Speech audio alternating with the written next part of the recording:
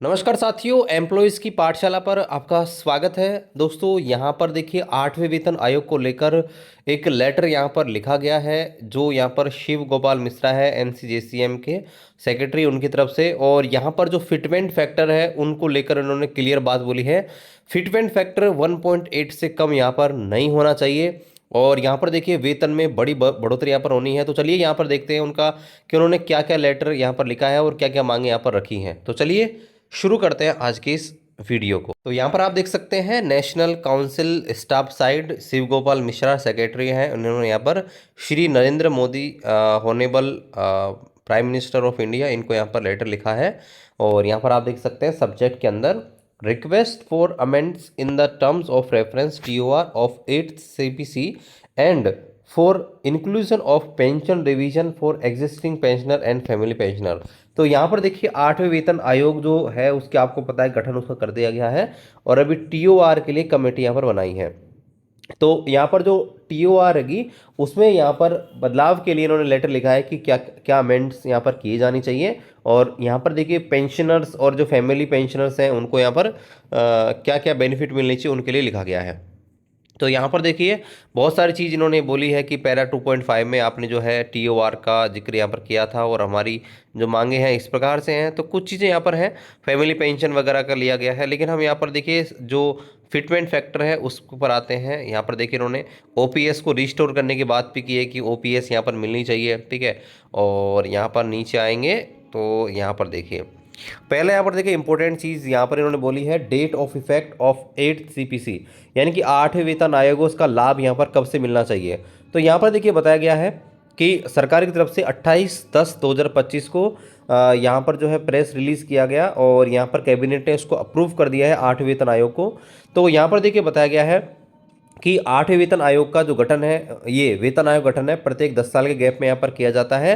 तो यहाँ पर जो अगला वेतन आयोग है 1/1/2026 से यहाँ पर नॉर्मली यहाँ पर इफेक्ट होना चाहिए, लागू होना चाहिए था। तो यहाँ पर देखिए बताया गया however in the 8th CPC TOR the date of effect of implementation of 8th CPC missing, यानी कि जो TOR यहाँ पर जारी किया गया है, यानी कि जो गठन किया गया 8वें वेतन आयोग का, उसमें यहाँ पर ये मेंशन नहीं है कि 8वां वेतन आयोग जो है कब से यहाँ पर लागू होगा, वो मिस है।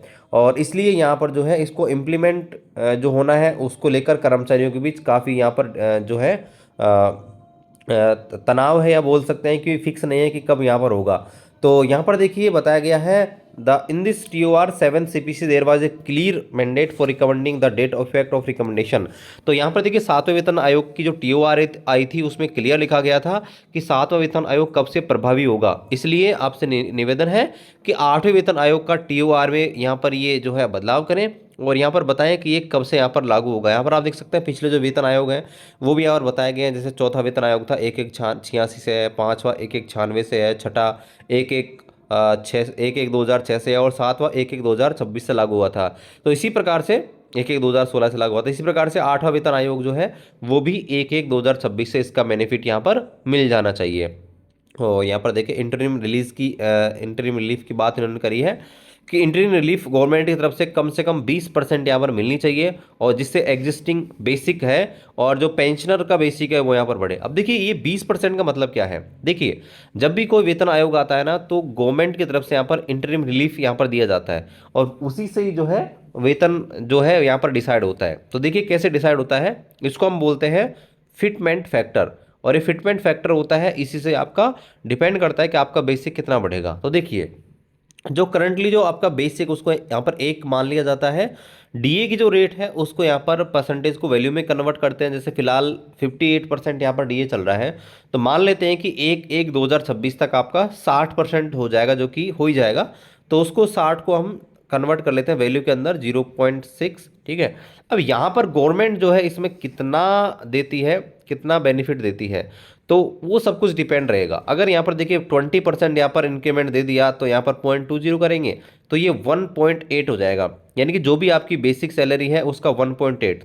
तो ऑलरेडी आप देखेंगे 18,000 बेसिक है लेवल 1 की और इसको आप 1.8 से मल्टीप्लाई करेंगे, तकरीबन आपकी सैलरी है वो 32-33 के थाउजेंड आसपास यहाँ पर बन रही है। तो डिपेंड करेगा कि फिटमेंट फैक्टर यहाँ पर कितना बन रहा है और उसी के आधार पर बेसिक सैलरी यहाँ पर बढ़ेगी।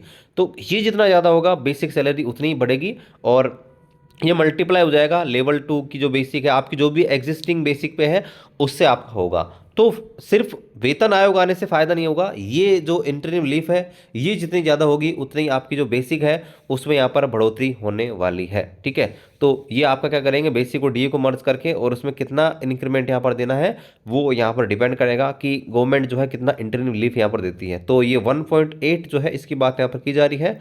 बाकी देखिए जब इसकी रिपोर्ट आएगी तो यहाँ पर पता लगेगा कितना यहाँ पर ये दिया जाएगा। बाकी यहाँ पर जैसे कोई अपडेट आएगा यहाँ पर मैं आपको अपडेट कर दूंगा। जो भी यहाँ पर सेंट्रल गवर्नमेंट एम्प्लॉय हैं या स्टेट गवर्नमेंट एम्प्लॉय हैं उनके वेलफेयर के लिए हमारे चैनल पर आपको अपडेट देखने को मिल जाएंगे। तो चैनल पर आप नए हैं, चैनल को सब्सक्राइब करें। मिलते हैं अगले वीडियो में, तब तक जय हिंद, वंदे मातरम।